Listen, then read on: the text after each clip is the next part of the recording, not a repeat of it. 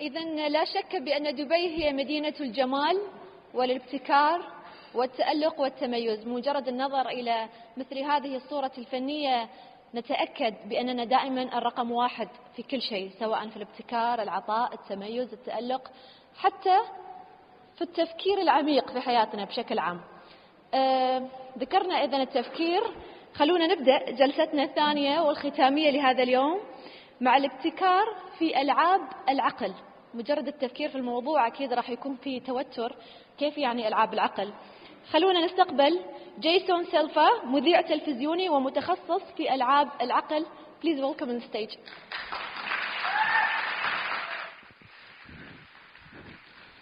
Hi everybody, how's it going? Thank you so much for having me here. It's an honor to be here at the Knowledge Summit in Dubai. It's actually my fourth visit to Dubai, and it's always a wonderful experience. The city is just so impressive. It's amazing to see what's happening here in innovation, imagination, and creativity. So, as some of you might know, I am the host of Brain Games on the National Geographic Channel. And Brain Games is a television show that plays with our perceptions and our misperceptions of reality. And today I want to talk about our perceptions and misperceptions when it comes to innovation and technology. So, I'm very passionate about human creativity. I'm very passionate about human imagination. And this has turned to a passion for technology and innovation with a capital I. And the reason is because I believe that innovation and technology are the literalization of human creativity. Human imagination, right? Technology and innovation is the embodiment of human imagination. Technology and innovation is how we impregnate the world with mind, with agency, with our vision, and with our creativity. Just look at the city of Dubai. I mean, the city of Dubai, the topography of the city of Dubai is the condensation of human imagination. It's human imagination turned into concrete. It's human imagination spilled out from our heads out into the world. And so we use our tools, we use our technologies to overcome our limits. Humans have this innate capacity to create tools, to extend the boundaries of who we are. And we've been doing it for the entire history of the human species.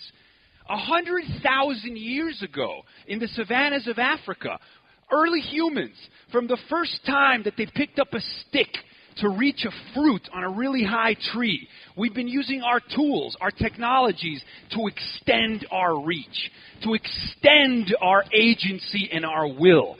That is what we do. We've always done it.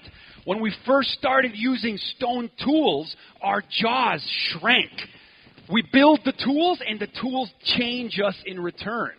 When man first discovered fire and cooking and fire acted as an external stomach that pre-digested our food, making every meal more efficient, freeing up the cognitive real estate for the emergence of culture, creativity, and art. So our tools and our technologies have always been a part of who we are. And perhaps the difference is that today we're living in a time of exponential technological change. But our brains evolved in a world that was linear and local. And that's the reason why technological change, why disruption with a capital D is so difficult for us to wrap our heads around. Because again, our intuition, our instinct is linear. 100,000 years ago, we had to make a linear calculation. How far away is that lion before it comes over here and eats me? So again, our intuition is linear. But we don't live in a linear world anymore.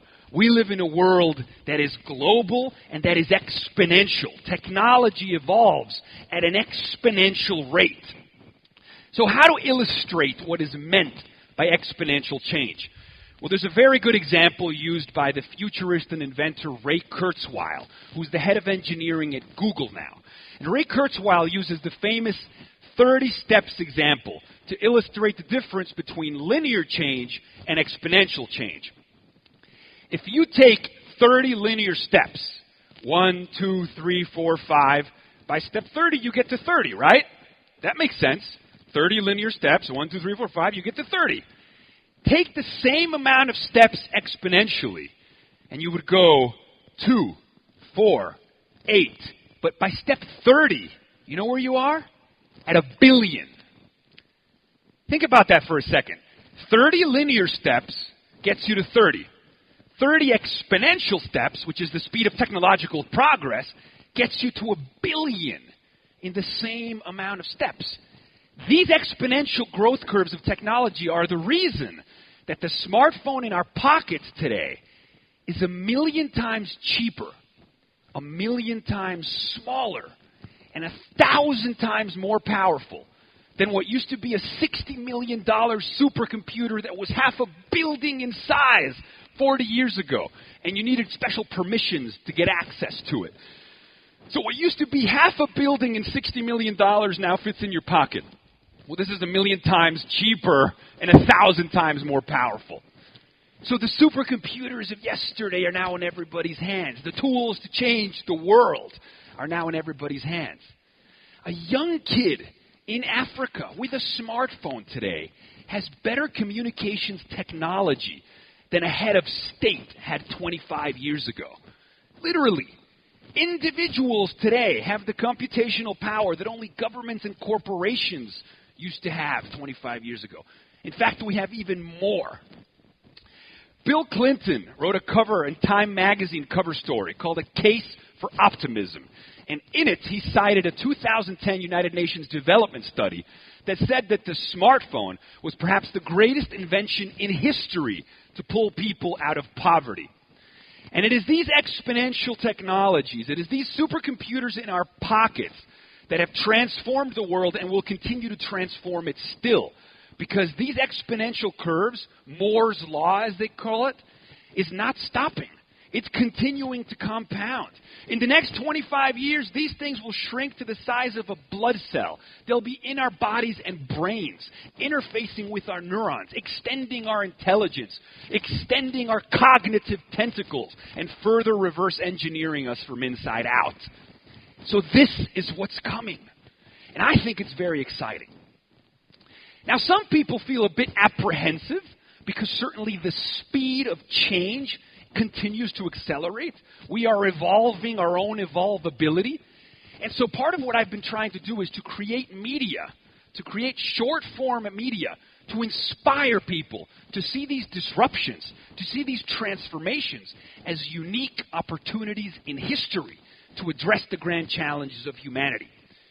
Embodied in the principles of a summit like this, embodied in the principles of a place like Dubai, a place that believes that anything is possible because everything is possible.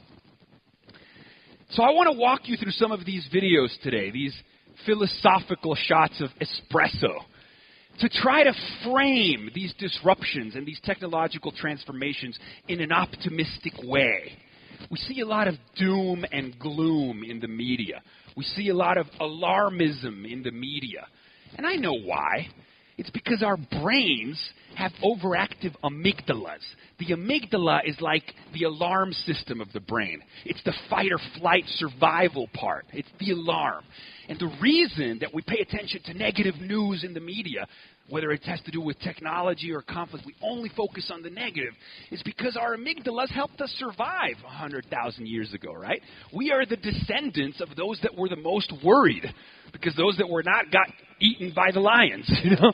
And so there's a reason why we have a negative bias, why we pay attention to negative news. But the truth is, we've never had such innovation. We've never had such opportunity. We've never had such transformation. And this is really the case that I want to make for you guys today. So the first video that I want to show you is on the unique human capacity that we have to overcome our boundaries, to overcome our limits. As the cognitive philosophers David Chalmers and Andy Clark wrote, technology is a scaffolding that we use to overcome our thoughts, our reach, and our vision. So let's show the first video. To be human is to be transhuman, please. There's a great line by Shakespeare in which he says, "We know what we are, we know not what we may be." And in the age of accelerating technologies in which we extend the cognitive reach of our mind, the perimeters of our humanness with these extensions of self, these exoskeletons, these technological scaffoldings, the wings of our aircrafts and the signals traveling through our smartphones, sending our thoughts electrified at the speed of light across oceans of sky. We redefine and extend what it means to be human. Edward O. Wilson says we have actually decommissioned natural selection, and now we must look deep within ourselves and decide what we wish to become. We are now the chief agents of evolution. We have reverse engineered the software of biology and are about to rewire and upgrade and redefine what it is to be a Homo sapien. Juan Enriquez uses the term Homo evolutus, the being that evolves itself, that transforms itself, right? Ray Kurzweil, we didn't stay in the caves. We haven't stayed on the planet. Biology, just another membrane to be transcended. Marvin Minsky used to say, will robots inherit the earth? Yes, they will, but they will be our children. I love this idea because we hear the term transhumanism, and what it means to be human is to be transhuman. We are the species that transforms and transcends. We never stop. We always did. It's what we are. So, thank you. So we begin by talking about exponential technological progress, and I've given you the 30 steps example. I've talked about the smartphone in our pocket, the computational power, the supercomputers, the instruments that we have for transformation in our pockets. Now, I give these speeches all over the world, and most audiences, they hear the exponential message, and they're like, okay, when it comes to information technology, when it comes to digital, we buy the exponential change because we've seen it over the past 30 years. But certainly the physical world, right, the world made of matter and of concrete, can't possibly be changing exponentially, right? That because it's not digital. But it turns out, my friends, that the world of flesh and the world of concrete is also becoming an information technology. So you guys are familiar with the term biotechnology. Biotechnology means mastering the information processes of biology, because biology is software. Biology is code. We are alphabetic beings all the way down. DNA is a language, and we can now start to write and edit and script that language. With biotechnology, we have software that writes its own hardware. With synthetic biology, the canvas of life, the software, the substrate of life itself, becomes the new artist's canvas, becomes the new space for the engineers and the poets and the creatives to rewrite, to upgrade. Just like you download the new iOS on your iPhone, we're going to be able to download new software for our genes. So not only will we be able to reprogram our bodies away from disease, but we might even eliminate aging. Larry Page, the co-founder of Google, just started the California Life Extension Company.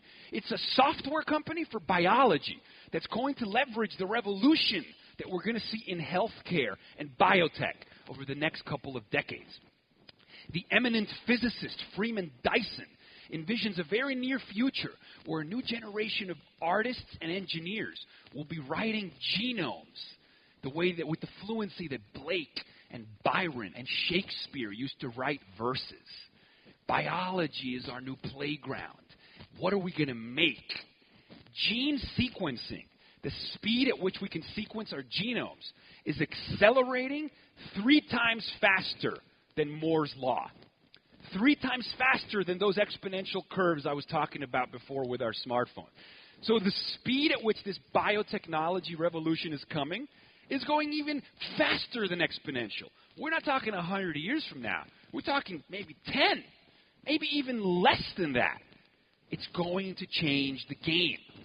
People talk about medical tricorders, smartphone-sized devices that can diagnose our health better than 10 board-certified doctors. lab-on-a-chip technologies, entire medical laboratories on smartphone-sized devices that can be deployed in rural villages all over the world, transforming the capabilities and the access to healthcare. The quantified self revolution, putting sensors in our bodies to monitor our blood, to monitor our systems, to monitor our organs in real time. Feed that information to our computers so our computers can then advise us on lifestyle changes to extend our life. All of this is coming, and all of it is coming exponential.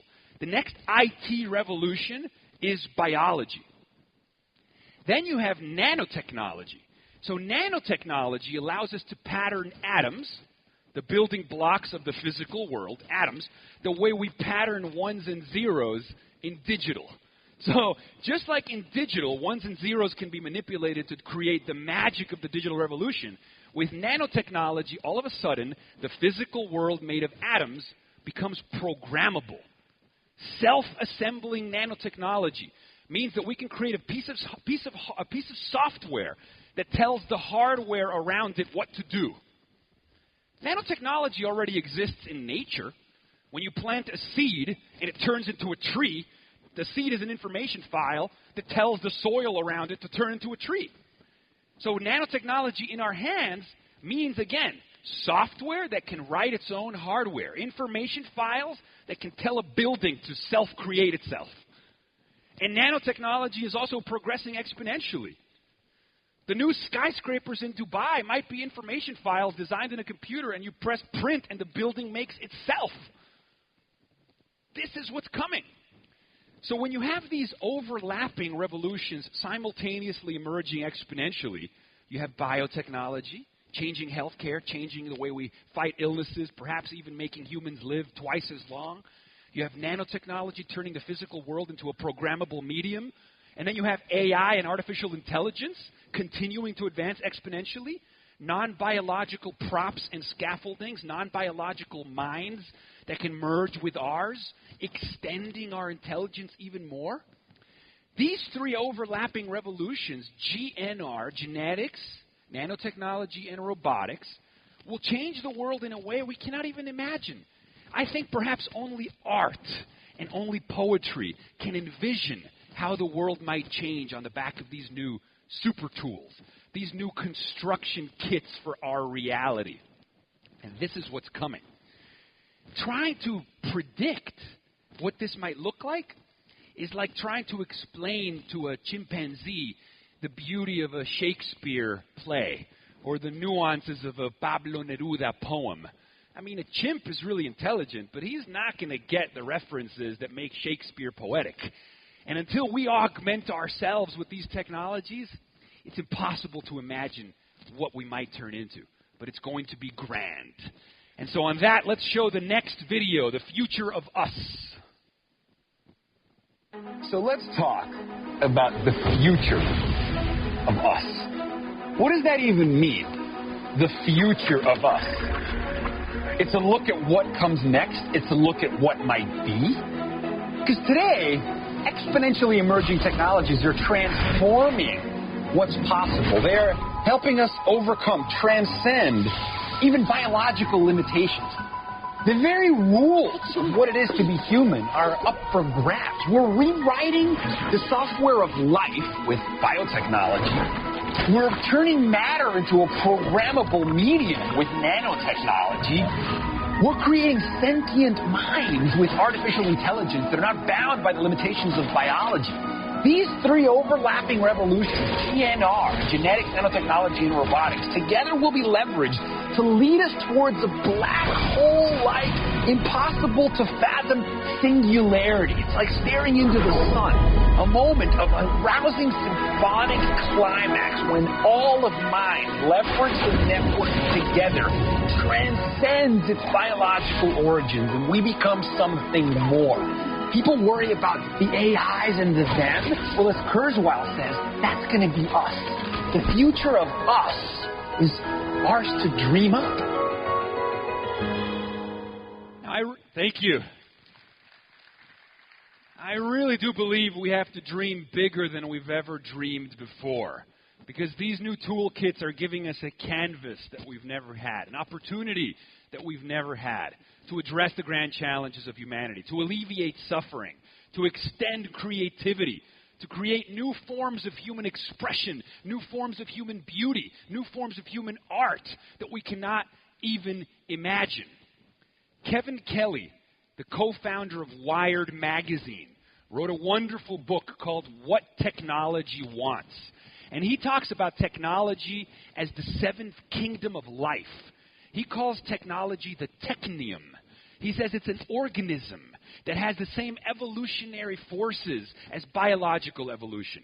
He says technology has a directionality.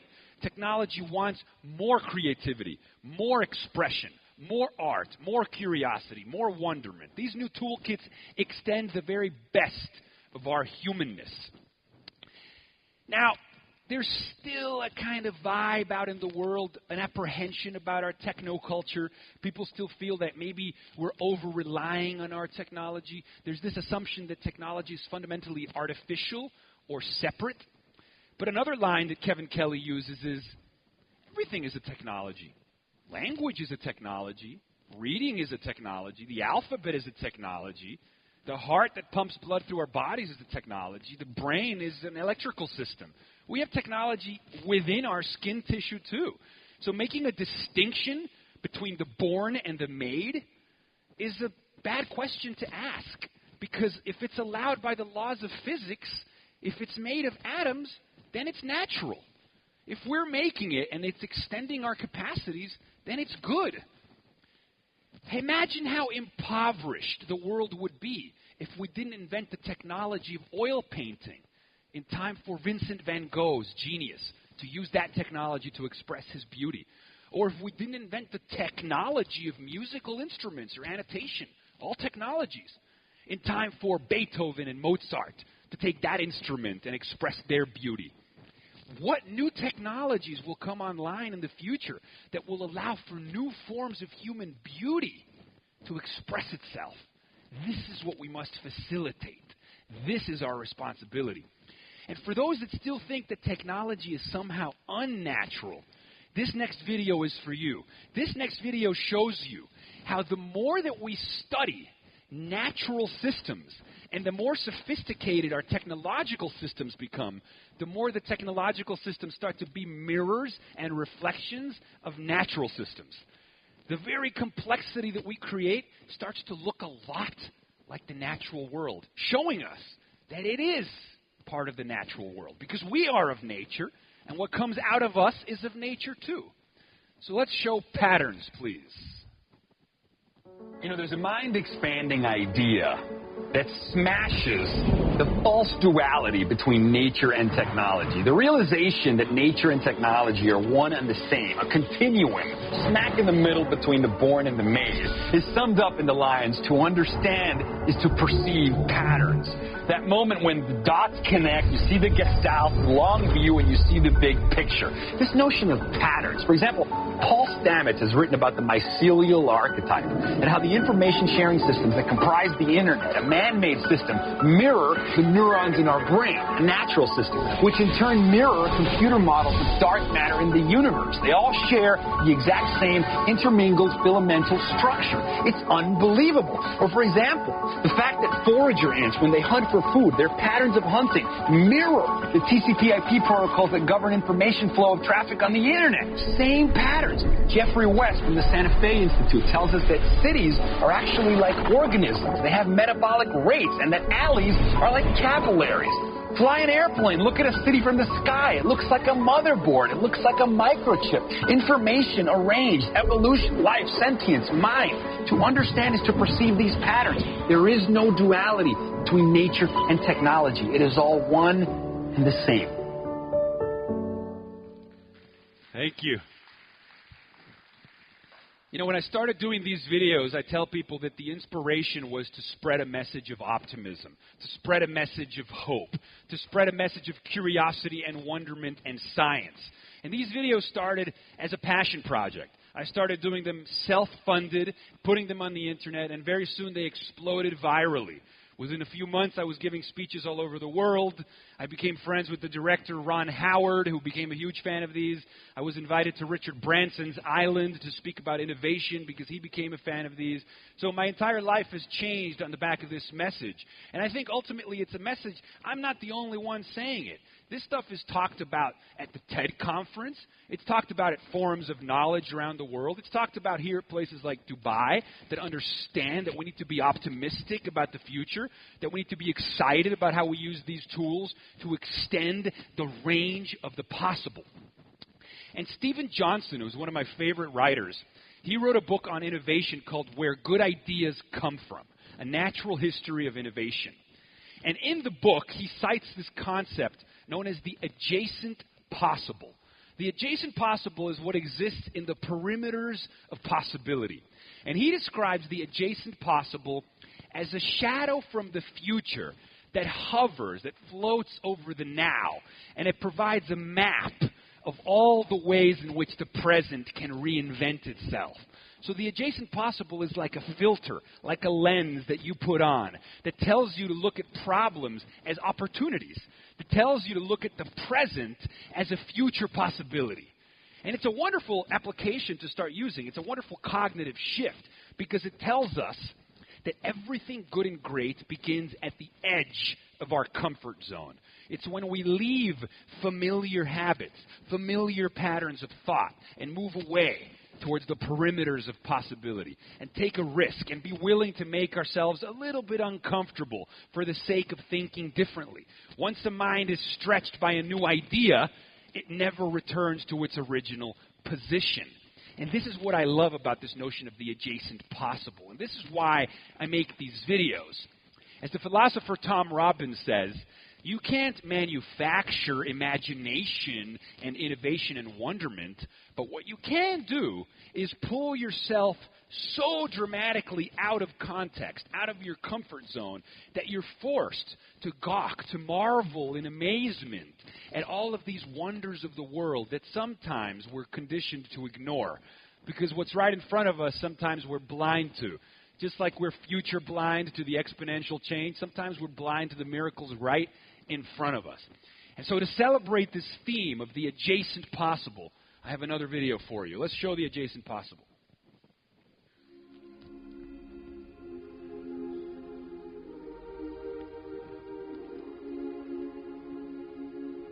I'm very inspired by the idea of the adjacent possible that Stephen Johnson wrote about in his book, Where Good Ideas Come From. And he says that the adjacent possible is like a shadow future that sort of hovers over the present state of things.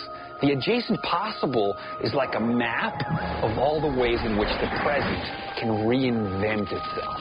I love this idea because it implies a kind of built-in optimism in how we see the world. It sort of implies a different way of looking at things that is not held back, that will not be bound by what is, but that is always remixing, that is always reinventing, that is always looking at how we can transform the material properties of the present so that we can bring into being our virtual models, our imaginative vision. Because that's what human beings do. Imagination allows us to conceive of these delightful future possibilities and then literally pull the present forward to meet it. And increasingly powerful technologies are shrinking the lag time between what we can imagine and what we can create.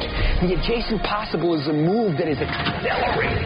Our adjacent possible is increasingly being able to be instantiated in real time. We're time-lapsing our capacity to literally render our dreams into being. So for that reason, the adjacent possible rocks my imagination. Thank you. Now, something else that's happening, and it's happening very, very fast, is that the world is quickly becoming intelligent. You know, people talk about this concept of the Internet of Things. What does it mean, the Internet of Things? Well, it means that as our computational tools keep shrinking in size, as this keeps getting smaller, we have the capacity now to start putting sensors, computation, into everyday objects. Sensors in our refrigerators, sensors in our cars, sensors in our clothing, sensors in the malls that know when we walk into a store and can give us personalized recommendation, because these sensors, these computers, these networks will know our taste, will know our preferences, will be able to predict what we want to do at any given moment. These algorithms will act as artificially intelligent assistants, helping guide us, helping us make decisions, sometimes pre-deciding for us to make it easier for us to move about the world. We're going to be augmented by the Internet of Things because the world is going to start giving us real-time feedback. You know, we're used to giving instructions out into the world. We're not used to getting feedback from everyday objects. We're not used to having our car talk to us or our refrigerator telling our car that we have to buy more milk on the way home, and then our car self-driving itself to the supermarket to make sure that we get milk. But the Internet of Things is the next hotbed of innovation. All the big keynotes, all the big conferences for Cisco, for Qualcomm, for IBM, everybody's talking about the Internet of Things. When intelligence spills out of the computer, spills out of the smartphone, and starts to appear everywhere. And this next video provides a look at how the Internet of Things will re-enchant the world and make everything magical. Let's show it.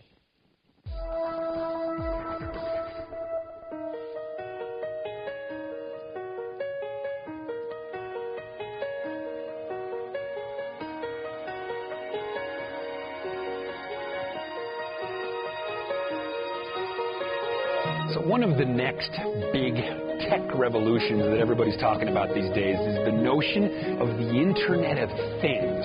See, now that we are extending intelligent sensors into everything, into the world of everyday objects, all of a sudden these objects are going to be endowed with agency. They're going to be endowed with the ability to give us feedback. The world is going to become intelligent and responsive and going to anticipate our needs.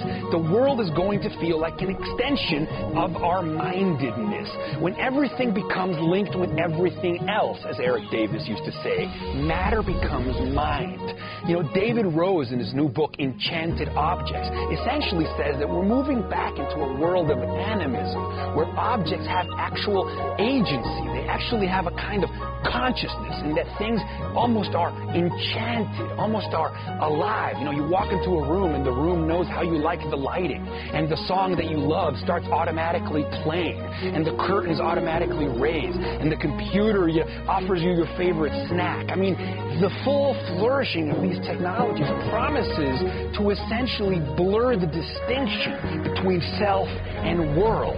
The entire world will have mind in it. It's how the cognitive philosophers David Chalmers and Andy Clark used to say, we've always been adept at dovetailing our minds to our tools, but when our tools start talking back, the loop will be finished. We will have fully spread our minds out into our universe. This is the Internet of Things.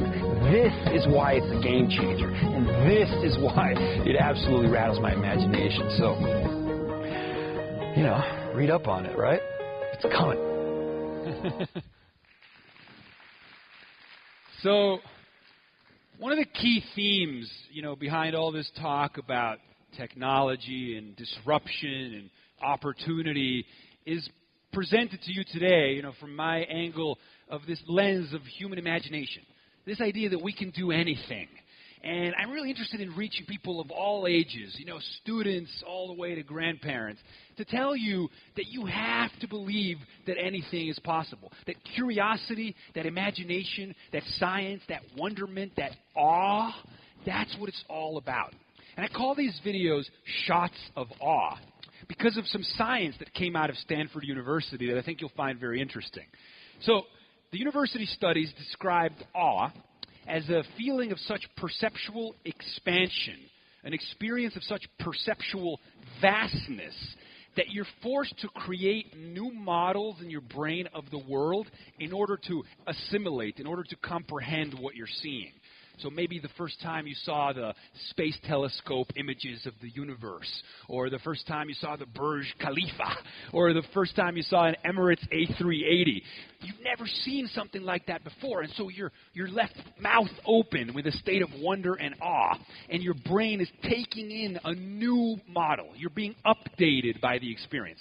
And these moments of awe, of curiosity, of inspiration, after they pass, it turns out that they leave us with increased feelings of well-being, increased feelings of creativity, and increased feelings of compassion. So every time we do something amazing, every time we're exposed to something we've never seen before, after the experience passes, it leaves us with all this feel-good vibe. Creativity, compassion, we're more innovative afterwards. And additionally, these experiences of awe act as anti-inflammatories on our bodies. So it's actually physically healthy for us and aids our creative thinking every time we push the boundaries in terms of what we expose our brains to. And this is really inspiring to me because this is what I want to leave you with when you think about innovation and technology and imagination, is that sense that anything is possible, that sense of awe, that sense of infinite, boundless possibility. So let's show the video on awe, please. So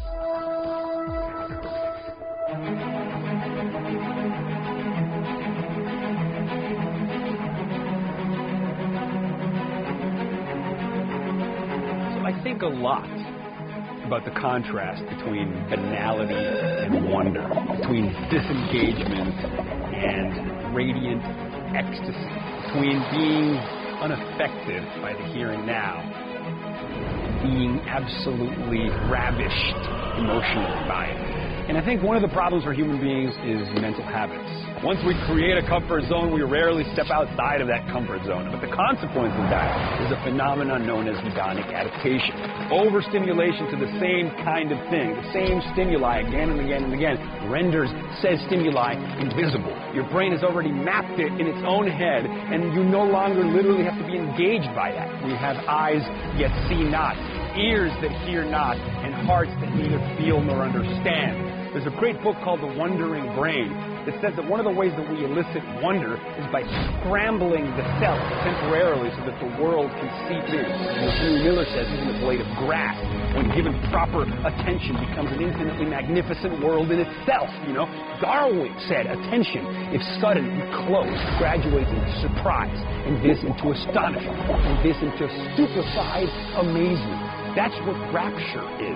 That's what illumination is. That's what that sort of infinite comprehending awe that human beings love so much. And so how do we do that? How do we mess with our perceptual apparatus in order to have the kind of emotional and aesthetic experience from life that we render most meaningful? Because we all know those moments are there. Those are the moments that will make final cut. Only in these moments we experience afresh the hardly bearable ecstasy of direct energy exploding on our nerve endings. This is the rhapsodic, ecstatic bursting forth of awe that expands our perceptual parameters beyond all previous limits. And we literally have to reconfigure our mental models of the world in order to assimilate the beauty of that download. That is what it means to be inspired. The Greek root of the term means to breathe in, to take it in.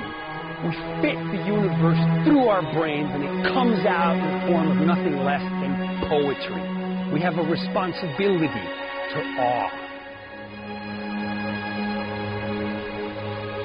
Thank you. So I remember the other night there was a brief conversation about Singularity University.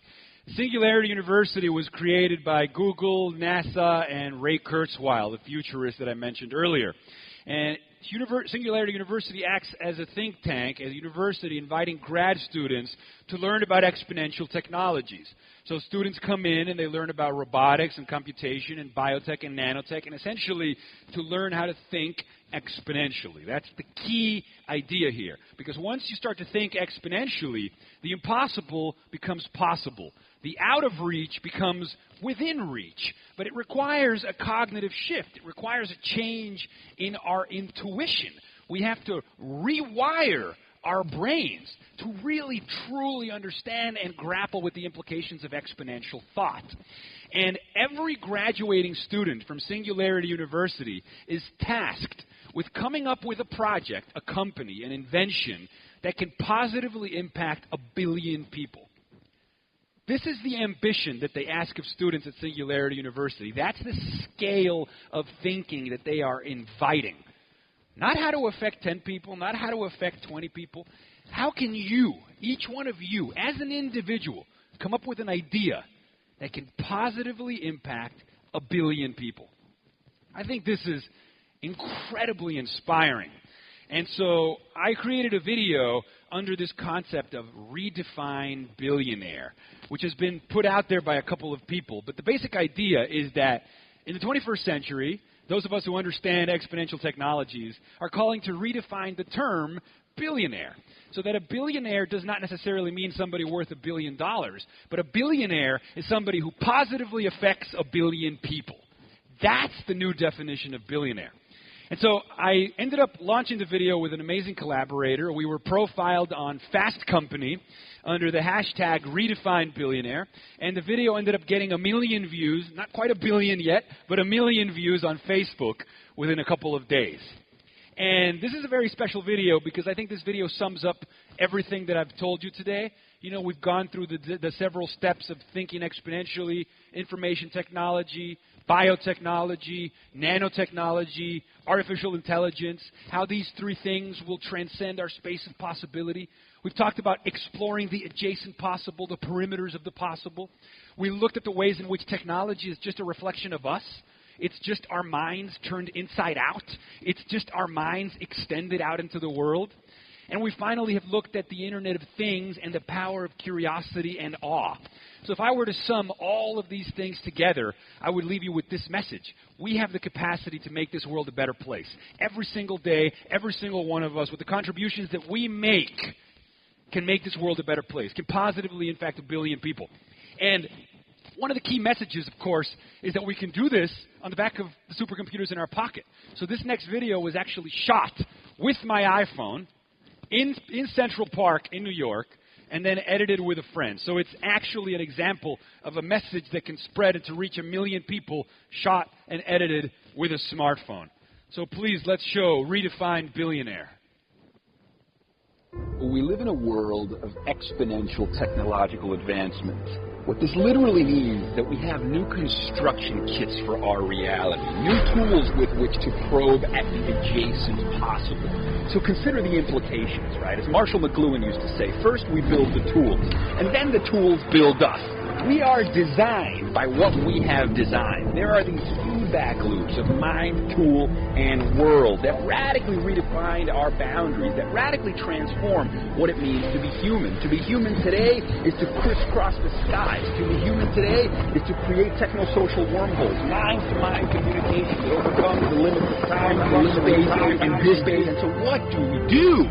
Well, we need to radically reach out to one another in ways that we haven't before. There's a great line that says, empathy rarely extends beyond our line of sight. In other words, if it's out of sight, it is out of mind. But if anything, these wireless communication technologies are radically extending our line of sight. They're providing new ontological maps of the real. They're giving us the astronaut overview effect. We are seeing the big picture. We are seeing that we are the captains of spaceship Earth. And what shall we do? We need to extend our hands to one another. We've never had such tools to overcome all of the limitations of our humanity. We have the power, we have the will, we have the capacity, the creative capacity to overcome our limits. And so today, billions of us linking to one another, creating a global node, a global brain. What is the new definition of billionaire? The new definition of billionaire is he who will positively affect the lives of 1 billion people. He or she will reach out and say, I will positively affect the lives of 1 billion people. This should be our goal. This is our responsibility. Here's our chance.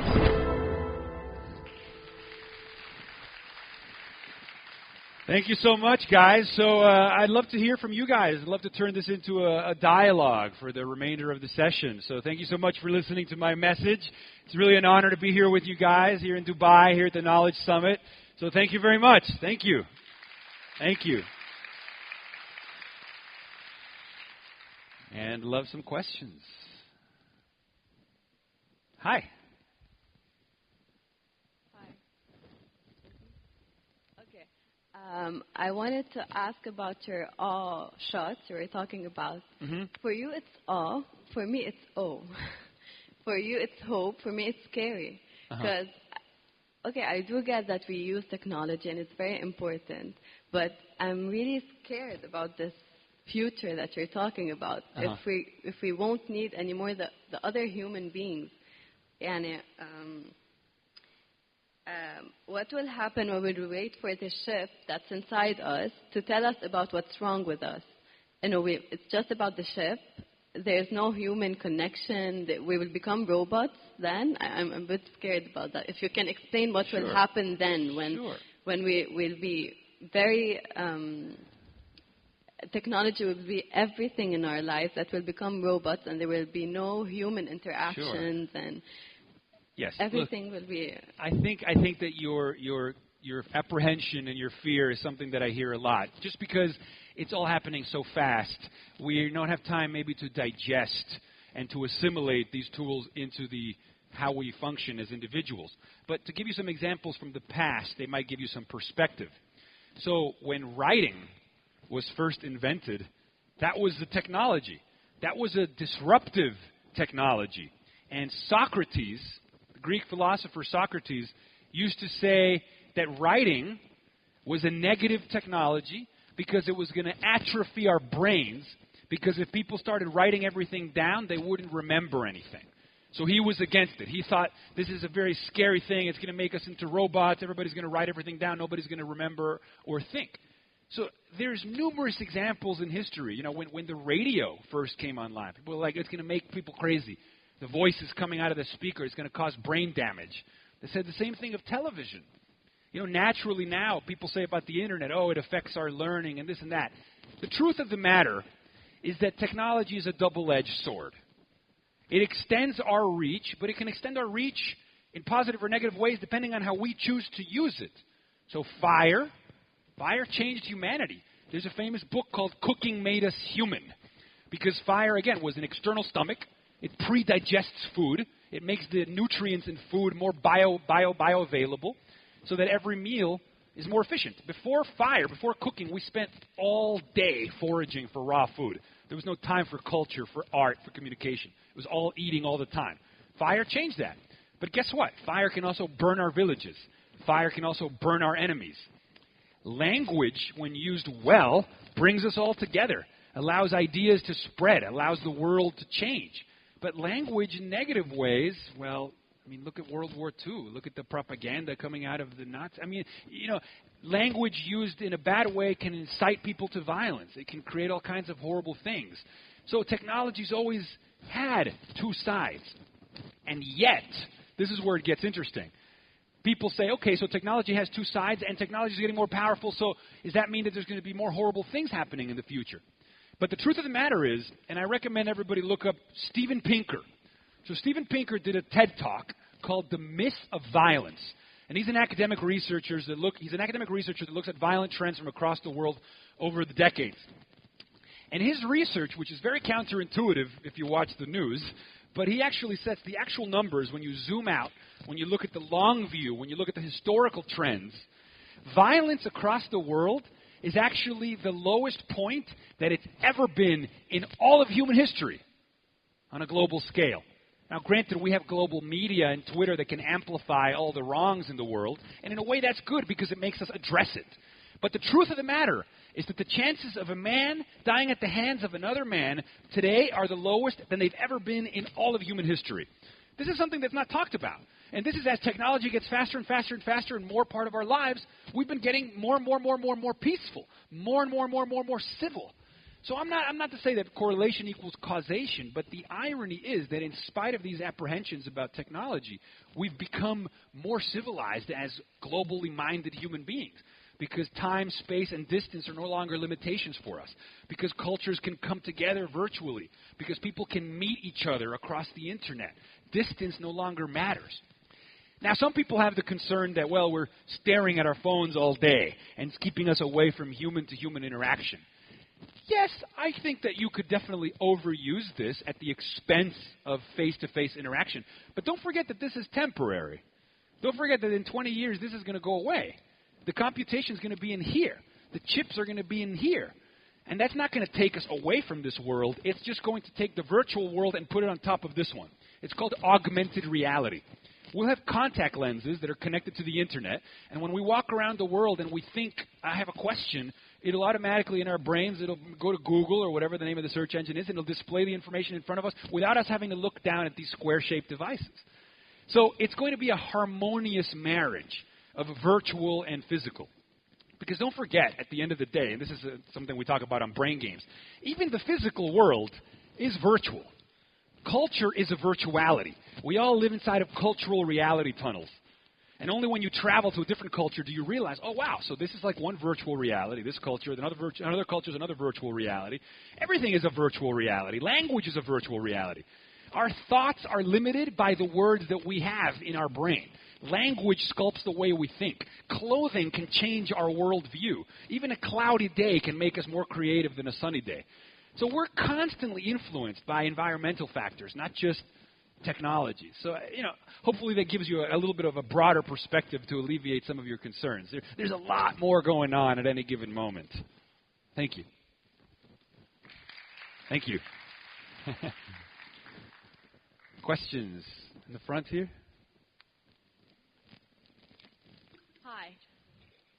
Hi. Thank you for enthusiastic, encouraging, and amazing speech. My name is Heba. I'm from Egypt. I just wanted to share an example of humanitizing technology that you were talking about. It's an example of a UK charity organization that created a big outdoor that features faces of women with injuries because of domestic violence. And it is the outdoor, the giant outdoor is supported with a facial recognition software that scan the audiences. So the more passerby stop in front of the ad and look at the women, the heels are gradually healed. Wow. So the point of the Look at Me ad is the more we acknowledge, the more we notice the problem, so it will be solved. This is kind of using technology for social change in the world. Beautiful. That's it. Beautiful. Thank you. Thank you for sharing that. That's wonderful. That's amazing. Great example. Yes, sir. It's interesting to see the enthusiasm and the expectations, that we are putting through. However, at the year probably 1890, some people were asked, some 74 scientists were asked, how the world will be at the year 2000. Mm-hmm. A lot of them, wrote that, well, the male will go, through tubes full of air, and, that's how, the male will go very quickly. But the most interesting thing that somebody said that scientists should stop this silly idea of having machines flying on top of the air. This is against, the laws of physics. So what happened at the year 2000 has never been imagined at the year 1900. Right. And my question is, can we ever imagine, although, of your predictions, what will happen at the year 2100? Right. I guess nobody will be ever able to imagine how life will be there at this time. Yeah. And the most interesting point that the behavior of people, the selfishness, the aggression, and that sort of thing, probably may be the target of science and technology in the next decades. Thank you. Yeah. Thank you for your question.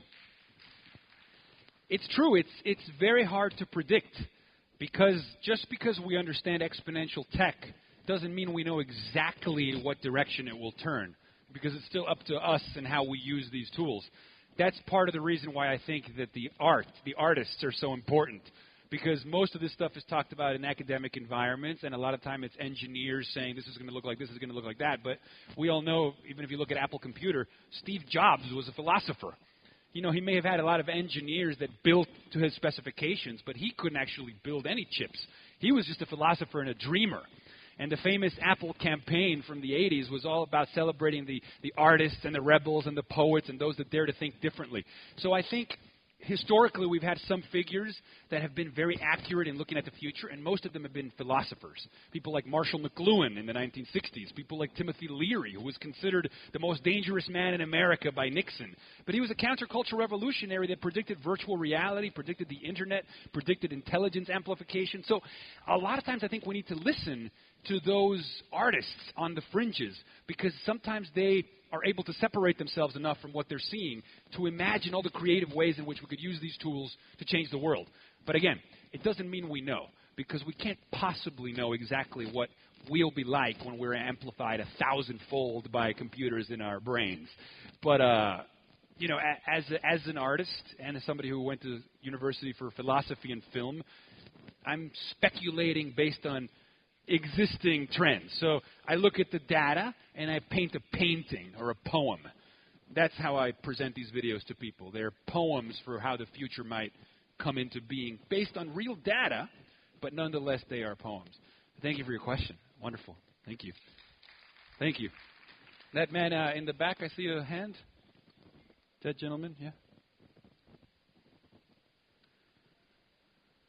Hello. My name is Ghalib Darabia.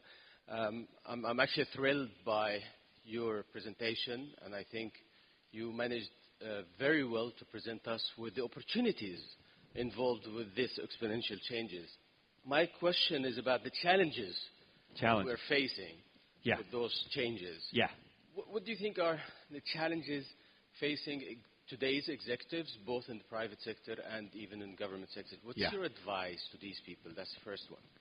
And the second question that I have is about the what we call the artificial intelligence. Yeah. I think, are we going to get to a point where we are going to replace the human consciousness? Is this a point where we get into that close? And thank you very much for your presentation. Good question. Thank you. So the question was about the challenges, you know, because obviously I've focused on the opportunities, but people often say, well, what are some of the challenges? Well, I'll tell you what's one challenge. Biotechnology, as I was mentioning, is going to give us the capacity to program off illnesses. Like when you have something wrong, you'll be able to like change the software and fix it like that. But it also means that an angry kid in the garage in Minnesota can make a synthetic pathogen and unleash a virus that could kill 100 million people. I mean, that's terrifying. Because just like you can use biotechnology to heal illnesses, you can make biotechnology to make viruses. It's pretty terrifying. I take some kind of hope in seeing that as our tools have gotten more powerful, we have as species have gotten more peaceful. So that tells me that, yes, it's going to empower crazy people to do crazy things, but our ability to respond to that is also going to increase exponentially. Our capacity to neutralize that is going to increase exponentially. And I like to think that as a species, we're becoming more peaceful anyway. So these things will be addressed. But again, these things are not new. When we invented language, the challenge became who can use language to manipulate people to do violent things. So there's always been a problem. And we have to be careful. And that's why it's very important how we use these tools.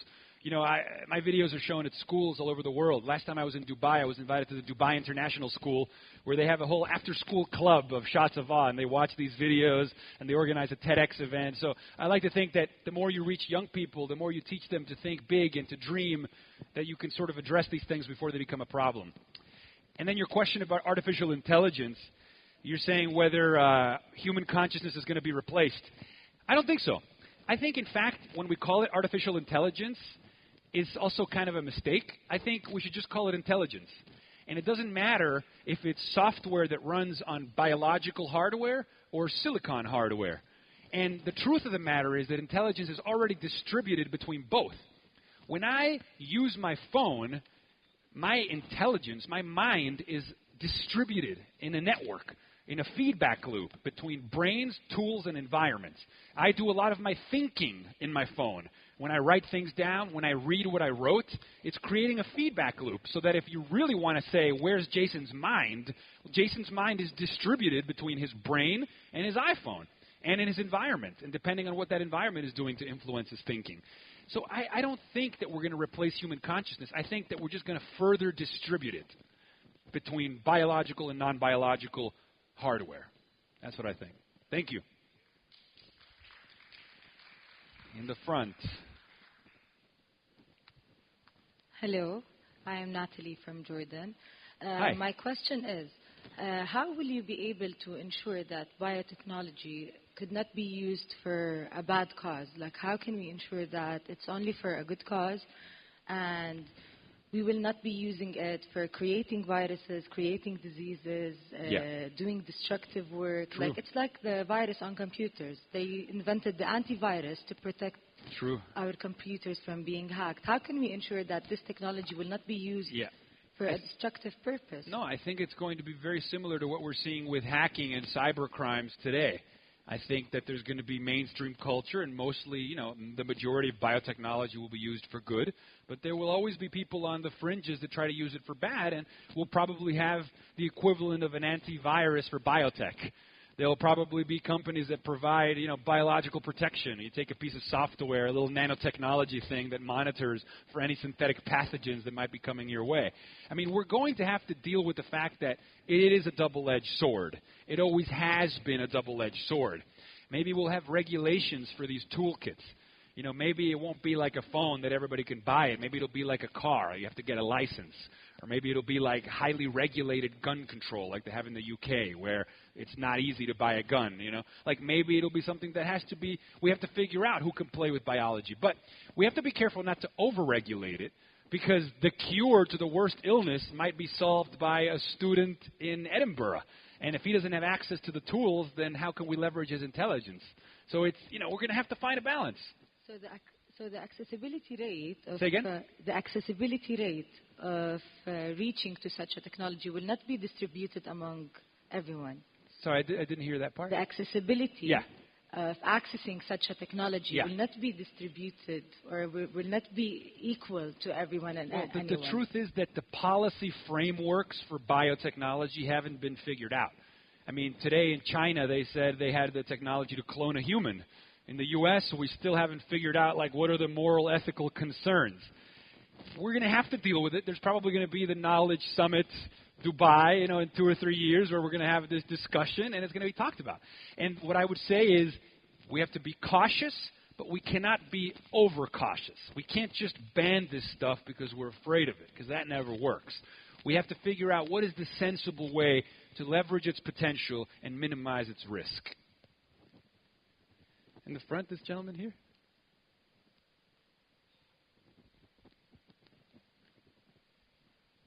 Assalamu alaikum. Hi. Just I was speaking Arabic in Arabic. You can speak Arabic? Oh, okay. نعيش اليوم نحن في العصر أو الواقع الحالي خلال هذه الأعوام تطورات كبيرة ونشهد أجيال جديدة أو أجيال ظهرت خلال الفترة وسوف تظهر إن شاء الله في الفترات اللاحقة بإذنه تعالى. أريد أن أعرف ما هو مفهومك من خلال العروض الرائعة التي قدمتها عن الموضوع التكنولوجيا وكيف تتم أو منظور أو مفهوم المعرفة من خلال هذه الأجيال لجعلها تبتكر أو خلقها أجيال مبتكرة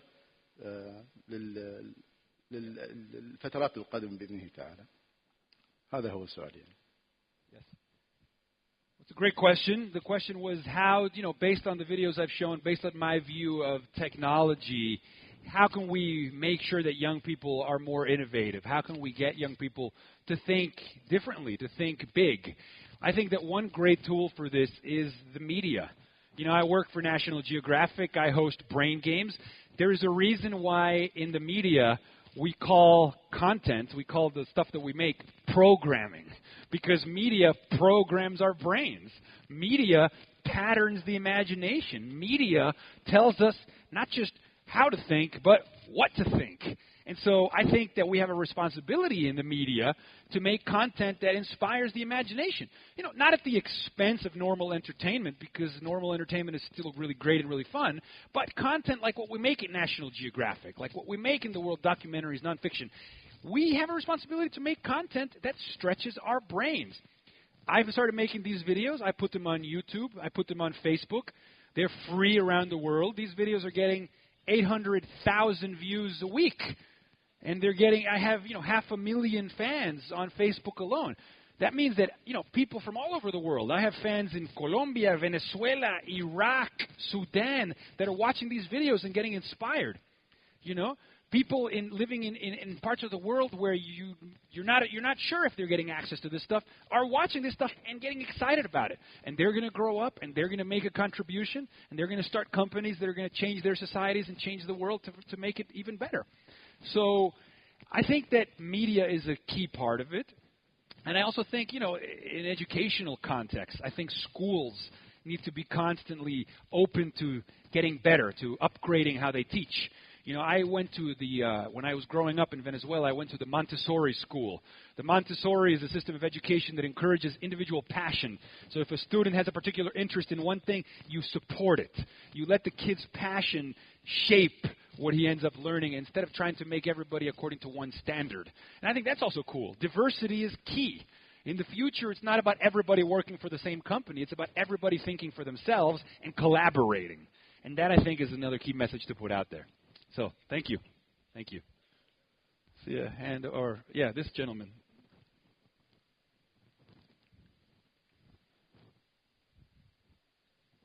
Microphone here in the front. This gentleman in the front. She's bringing it to you. Thank you, my dear brother Silva. Thank you. Again. Thank you. I can feel and read and see the enthusiastic and the passionate in your heart and on your gestures as well. My question, my brother Silva, how can we reduce the gap between the millennial generation and the maybe new boomers or 60s or 70s or 50s generation who have different mentality regarding, and I can also feel and imagine your challenge here and there. Question number 2, how can we also reduce the gap between the first world and the third world where we are struggling to find the food and water? Yeah. So please, if you don't mind, just Wonderful. to conclude our... Thanks for your question. So the question was, how do you shrink the gap between the millennial generation and people born in an earlier time who, might have a different way of seeing things? I think that one of the key things that we have to do is remind people we're all human and we're all in this together. It's not about like, oh, I'm a millennial and you were born in the 50s and 60s. We're all a community and everybody brings wisdom. The young people might bring a certain exuberance and excitement, but the older people bring a little bit maybe of cautiousness and experience. They're like, let's not go so fast. Together I think it creates a great balance. I think, again, media is a great way to extend hands. I get told a lot of times, people that watch Brain Games, parents watch it with their kids. And they tell me it's one of the few shows that parents watch with their kids. So it's not just for children. It's not just for the older generation. It's for people working together. So I try to do that. I think that you can create content and put out messages that are cross-disciplinary and cross-generational in their appeal. And I think that that's very important. I think some brands have done that well. I mean, Apple is something, I was in the Apple store in New York, and I remember the employees range from people in their 70s to people in their 20s. I mean, there's literally a woman who's like 75 who's like there explaining how the iPhone works to another woman in her 60s, and it's like, cool. That's a brand that has touched the hearts and the imagination of people of all ages. And I think that that's, continues to be possible. We just got to nurture that. And then you ask about the digital gap between the third world and the first world. Some people say these technologies are great, but they're only for the rich. What Ray Kurzweil answers to them, he says, yeah, you mean like the cell phone? So what he says is, yeah, at first these technologies are very expensive, but that's only when they don't work very well. The better they get, the cheaper they get. And today, the use of social media in the developing world is more pronounced even than in the developed world. Places like Venezuela, countries that are practically sinking in devaluation and criminality, nonetheless have the highest usage of media. It's how the people get around the government controlling the media in Venezuela. People want to get the news, they go on Twitter and Facebook. So it's like, you see, even amidst challenging parts of the world, people are figuring it out. People are using these tools. You see in some places where, in the third world, where we've seen people shutting down networks to prevent the people from communicating. There's software now that allows phone-to-phone communication without a mainstream network. Decentralized mesh networks. It's incredible. One of them is called FireChat. So if enough people have the FireChat app, it doesn't matter if the main carrier shuts down because of a natural disaster or because of anything, people can still communicate. So in the end, plurality and open communication is overcoming all the hurdles. And I think including the digital divide will be overcome. Thank you. Here in the front, and then that lady in the back afterwards. Wow, a lot of great questions. Okay. This gentleman here. Thank you. Thank you. I'm going to address my questions in my mother tongue language. Arabic? Yes, please. Okay. شكرا على هذه المحاضرة القيمة فيما يتعلق باستشراف المستقبل في مجال التكنولوجيا.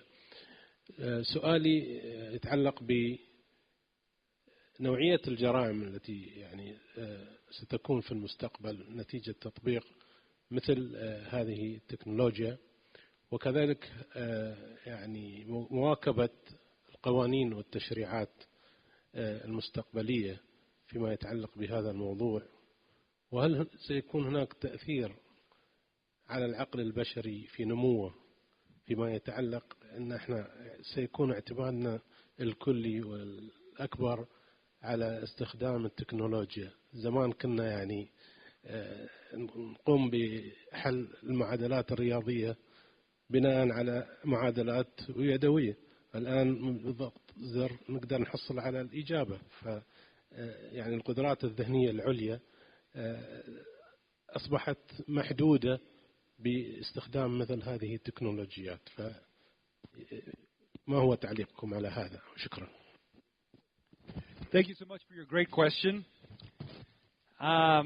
So, yeah, some of the questions were related to some of the challenges. You know, how do we regulate? How do we build laws to address the abusive potential of these very powerful technologies? You know, I often think that one of the industries that is a prime example where we still see innovation, we see a very powerful technology used incredibly safely around the world, and that's commercial aviation. Commercial aviation is something that to this day blows my mind. I mean, you get on a A380 and all of a sudden you cross an ocean through the sky. Really? With Wi-Fi? I mean, it's like impossibly complex and marvelous aviation. 100,000 airplanes take off and land every day with perfect safety. They have technology to orient us through the sky at night, no matter the weather. It's really amazing. But aviation is highly regulated. There are very, very, very, very strict global standards, and everybody has to meet those standards, and not everybody can have a pilot's license, and you have to pass a whole bunch of tests, and they make it very, very, very difficult so that you know that at the very top level you're doing something that's a very powerful technology, but it's extremely reliable for that reason. And some people say that that regulation has actually stopped innovation a little bit in aviation. You know, the aircrafts are very advanced, but they haven't gotten that much faster. They haven't flown that much higher compared to what's potentially possible. So I think it's about finding a balance. I do think that biotech is going to require regulation. I do think that we're going to have to figure out who gets to play with making viruses in a lab, for sure. That's not a game. That's not a toy. But at the same time, we have to make sure not to alienate those innovators by making the bar of entry too high. Because then if people feel discouraged to get into biotech because it's completely controlled, then where are the innovations going to come from? So I think it's a dialogue that has to continue to happen for a very long time. And I think that that's what we'll have to do.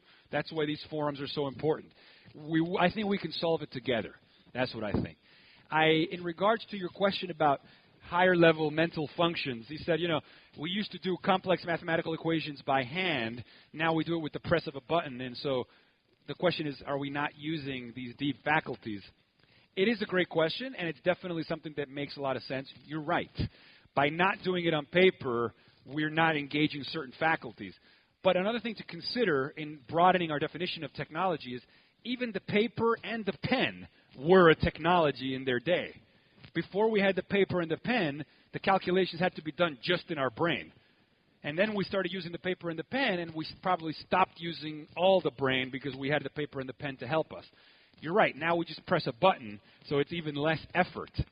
But I guess my point would be one thing gets replaced by computation, it opens up the space to develop something else. And you always have the option of teaching, going to school, learning math manually before you use the smartphone. But maybe we'll get to a point where people are learning a new set of skills that computers can't do. I think there will always be something that is unique to biology, and we will continue to figure out what are the ways in which we can stretch those capacities. But nonetheless, I acknowledge that is a concern. That kids, if it's too easy to press a button, you're not really understanding how it works, and that can be a shame. I concede that for sure. Thank you. Thank you for the question. This lady over here. Two more questions, guys. Yeah. 2 more questions. Actually, over here, Jason. Sorry. Okay, you go first. I have a quick question. Hi. If you can put the Arabic translator, please. Say again? If you can put the headphone on. Okay. Yeah. Absolutely. السلام عليكم. أنا اسمي سلطان الصبحي وأتكلم أنا يعني 3 لغات بطلاقة ولله الحمد وتخرجت لازلت أدرس في جامعة بين ستيت في أمريكا. شكرا على اللقاء يعني المحاضرة الجميلة. سؤالين ورسالتين بالشكل السريع. هي قمة المعرفة وأنا كنت في مثل مسابقة لإغناء المحتوى العربي في الإنترنت أوف ثينجز اللي ذكرتها. فسؤالي لك هي بالأول كيف ممكن أن نغني المحتوى العربي الرقمي بشكل فعال؟ والشيء الثاني اللي كل شخص يعني موجود هنا في القمة سأل أغلبهم أو إذا ما كان 95% هم عرب. شكرا للدكتور اللي في الصف الأمامي والرجل في الصف الأمامي اللي سألوا باللغة العربية لأن أتوقع هي لغتنا وما في أي مانع أن نفتخر بلغتنا ونسأل بلغتنا. فأتمنى أن بما أن وجود التكنولوجيا هنا تسخر لنا أن نترجم اللغات كيف ممكن أن نغني المحتوى العربي وشكرا لك. Yeah.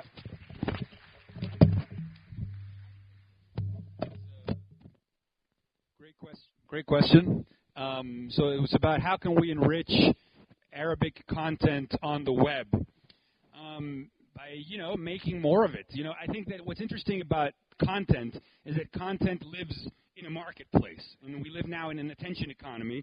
So whatever gets the most clicks, whatever's resonating the most, gets shared the most. Whatever gets shared the most, gets seen the most. I get contacted a lot by people who say they would like to. It's not you can't hear. Oh, I get contacted a lot by people who say that they want to. Maybe bring me a handheld. People who say that they want to subtitle my shots of awe, which I say absolutely go for it. People have subtitled it to Spanish as well. I think that what gets lost in translation and the nuances of language is definitely a problem. Thanks. Okay, does that sound good? Okay. But I think what's very exciting is that there's a lot of real-time translation technologies that are coming online. I saw a Google app once that you can use the camera on your phone and you can put it over, let's say, a restaurant menu that's written in Arabic or Spanish, and the software actually changes the words so that through the camera on your phone in real time will display in the language that you can understand. But when you think of what language is still a very rudimentary tool to convey meaning, right?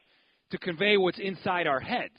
I mean, language is little noises, symbolic meaning that we make using air and using our throats, and we send the air vibrating through space, and we hope that we understand each other. But one of my favorite philosophers, Terence McKenna, says that when virtual reality becomes full-on, the revolution of full immersive virtual reality, when we can literally step inside of our imaginations, that language will become visual. Because when I say to you something, I say, okay, let me explain. But really what I want is to show you what I mean. So when language becomes visual in virtual reality, I will be able to visually show you what I mean. we will be able to share the insides of our mind as something that we can look at. That's, I think, the promise of virtual reality. That's why I think it's such a tool for empathy. Some friends of mine from the United Nations, they went to a Syrian refugee camp, and they made a virtual reality film called Clouds Over Sidra that basically was 360 degrees, full immersive virtual reality to show you what it was like inside a refugee camp. And they played the film with the helmets, with the goggles, everything, to diplomats in the United Nations. And most of them would come out of the experience crying. Something that maybe if they saw a normal film, they wouldn't have reacted the same way. So I think as a tool for empathy and what's known as intersubjectivity, which is my ability to experience your mind and your ability to experience my mind, is going to be radically enhanced by virtual reality.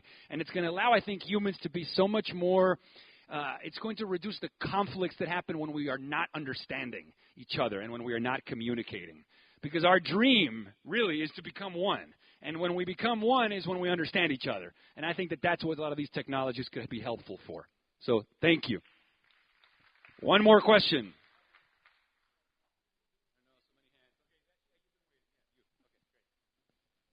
Hello, my name is Mohammed Shamsi. I'm the robotics expert here in UAE. I'm only worried about technology. The new generation are now focusing more on using technology than using their best computer and their brain.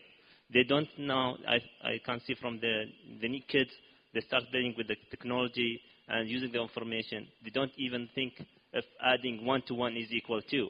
They're always looking in this system. So how we can improve their and make them think, use their brain more than using the technology, or using both in the right way. Thank you.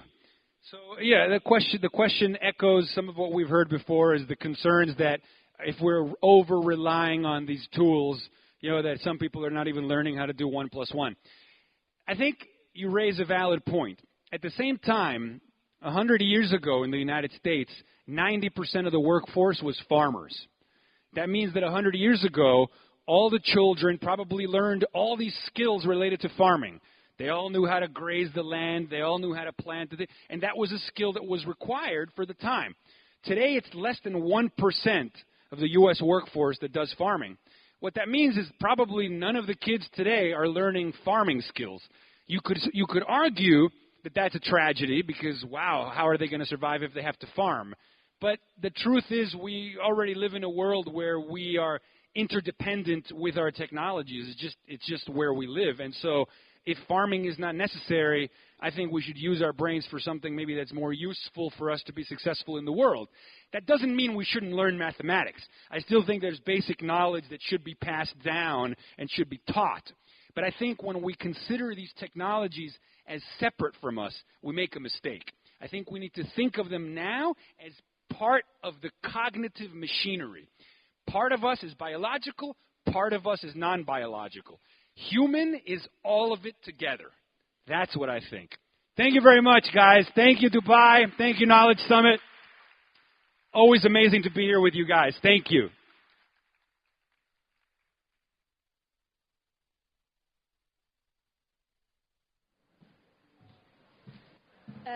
Would love to thank Mr. Jason Sylvia for this nice conversation with us. وصلنا للختام. لكم منا أجمل الأمنيات. شكرا لحضوركم فعاليات قمة المعرفة. نلقاكم إن شاء الله العام المقبل. نستودعكم الله ونراكم على ابتكار، نجاح، تميز، يا أسعد شعب. في أمان الله.